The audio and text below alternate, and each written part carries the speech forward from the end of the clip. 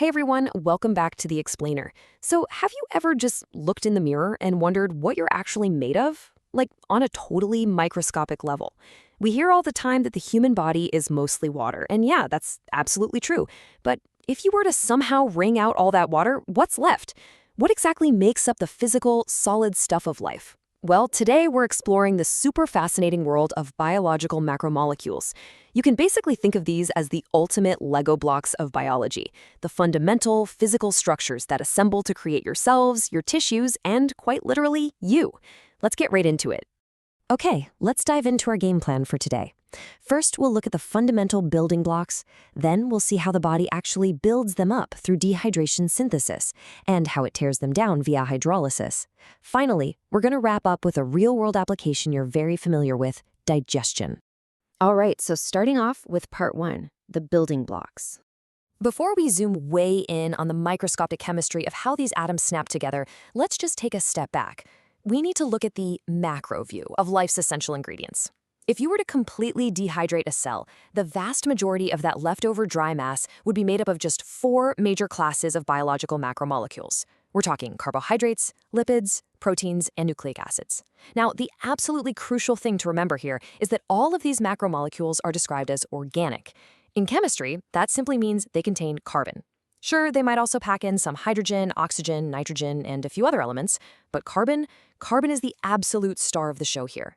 Every single living thing on Earth relies on these four carbon-based groups to survive. But to truly wrap our heads around these massive macromolecules, we actually have to look at their smallest individual parts. Enter the monomer. Most macromolecules are built from single subunits, or building blocks, known as monomers. Think back to our Lego analogy for a second. A monomer is basically that single individual Lego piece. Sitting all on its own, it's just a small, simple block patiently waiting to be snapped together with others to build something much bigger and way more complex. And when those single Lego pieces do finally snap together, well, they form a polymer. A polymer is really just a large chain of those repeating monomers held tightly together by really strong connections called covalent bonds. Now, what's literally mind-blowing here is the sheer diversity this simple system allows for. Even if you only have one single kind of monomer, let's say glucose, you can connect those exact same glucose blocks in different configurations to build entirely different polymers. Depending on how they link up, glucose monomers can form starch, or they can form glycogen, or they can even form the super tough cellulose that makes up plant cell walls. It's just an incredibly efficient biological system. Okay, moving on to part two, building up, also known as dehydration synthesis. So we know what the blocks are, right? But how do they actually snap together in the real physical world? How does a cell manufacture a polymer? Well, the magic happens through a very specific chemical reaction. Step one, two individual monomers align next to each other. Step two, things start getting interactive. A hydrogen atom from one monomer reaches out and combines with a hydroxyl group, which is just an oxygen and a hydrogen, from its neighbor. And step three is the payoff. Notice how, by removing those specific atoms, a brand new molecule of water, H2O, is actually formed and released. By dropping that water molecule, it opens up space in the outer electron shells of the monomers, so they start sharing electrons, forging a super strong covalent bond. Snap! The Lego pieces are officially locked together. In biology, we call this precise mechanism dehydration synthesis. When you see a big, clunky, scientific term like this, the best trick is to just break it down intuitively. Dehydration obviously means losing water, right? And synthesis means putting things together. So dehydration synthesis literally translates to put together while losing water. It's actually a super elegant, descriptive name. But keep in mind, forging these new bonds isn't a free ride. This reaction requires a real investment of energy from the cell to make it happen. Let's look at a concrete example to make this crystal clear. If you take one monomer of glucose and you line it up next to a second monomer of glucose, they can undergo this dehydration synthesis. They drop a water molecule, they share some electrons, and boom, they link up to form maltose, which is a disaccharide. You literally just put two simple sugars together, and you get a larger, more complex sugar, plus a leftover drop of water. Now, you might be wondering, why on earth does a cell bother spending its valuable energy to build these massive polymers in the first place? Well, beyond just building necessary physical structures, there's a fascinating hidden advantage here. It turns out polymers create a much lower osmotic pressure than their individual ingredients would. Osmotic pressure is essentially the pull that molecules have on surrounding water.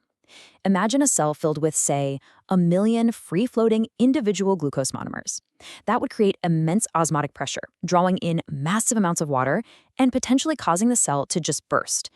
But by snapping those million individual monomers into a few massive glycogen polymers, the cell dramatically lowers that pressure, maintaining safe, stable internal conditions.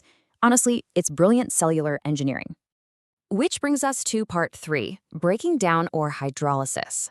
So we've seen how the body builds these molecules up, but what happens when we need to break them down? Well, if dehydration synthesis is snapping the Lego blocks together by removing water, hydrolysis is pulling them apart by forcefully adding water back in. Here's how it plays out. First, a water molecule is forcefully inserted right across that covalent bond connecting two monomers. Second, that water molecule actually splits apart into a hydrogen atom and a hydroxyl molecule. And finally, those pieces attach themselves to the exposed ends of the monomers, completely severing the covalent bond. The polymer splits into two distinct, smaller components. Basically, water acts as the ultimate chemical tool here, like a microscopic crowbar used to unsnap our Lego blocks. Let's look at them side by side really quick. Dehydration synthesis requires energy, releases water, and builds larger polymers. On the flip side, hydrolysis releases energy, requires a water molecule to split the bonds, and breaks those polymers down into monomers. And this just brilliantly illustrates the beautiful balance of biology. These two reactions are exact, perfect opposites. One builds the cell up, while the other breaks material down to release energy.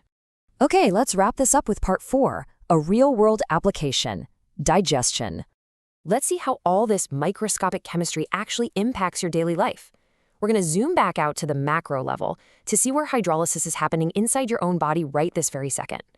Now, in a lab setting, just dropping water onto a complex carbohydrate might eventually break it down, but it would take way, way too long to be practically useful. In biology, timing is literally everything. So these reactions are catalyzed, meaning they're sped up by specific proteins called enzymes. You can think of enzymes as the highly specialized, hyper-efficient workers in our digestive system that make hydrolysis happen fast enough to actually keep us fueled and alive. Think about eating a turkey and cheese sandwich. When you take a bite, your body obviously can't use the sandwich as is. It has to completely disassemble it into monomers so your intestines can absorb the nutrients. As you chew the bread, which is packed with carbohydrates, an enzyme in your saliva called amylase immediately goes to work, using hydrolysis to chop those large carbohydrate polymers into simple sugars.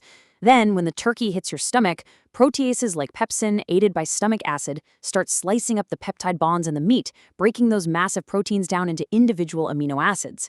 And as the cheese moves into your intestines, lipases step up to break down the complex lipids. Your entire digestive process is, at its core, just one massive, highly coordinated effort of hydrolysis. Which leaves us with a truly mind-bending thought to close on. We're constantly told to drink plenty of water to stay hydrated, right? But if our bodies are constantly requiring actual physical water molecules to break apart every single bite of food we eat through hydrolysis, how much of your daily water intake isn't just flushing your system, but is actually being chemically ripped apart to fuel the breakdown of your lunch? It completely changes how you view a simple glass of water, doesn't it? Thank you so much for joining me for this explainer. Keep asking those big questions.